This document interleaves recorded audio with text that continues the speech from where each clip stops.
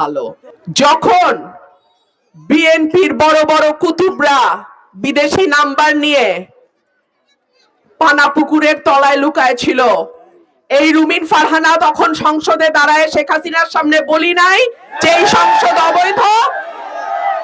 আমি একা কত দূর করতে পারি আর পারি না সেটা আপনারা দেখেন নাই?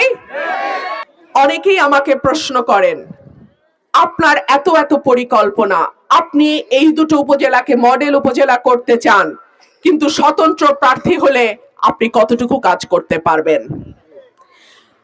যখন বিএনপির বড় বড় কুতুবরা বিদেশি নাম্বার নিয়ে পানাপুকুরের তলায় লুকায় ছিল, এই রুমিন ফারহানা তখন সংসদে দাঁড়ায় শেখ হাসিনার সামনে বলি নাই যে এই সংসদ অবৈধ?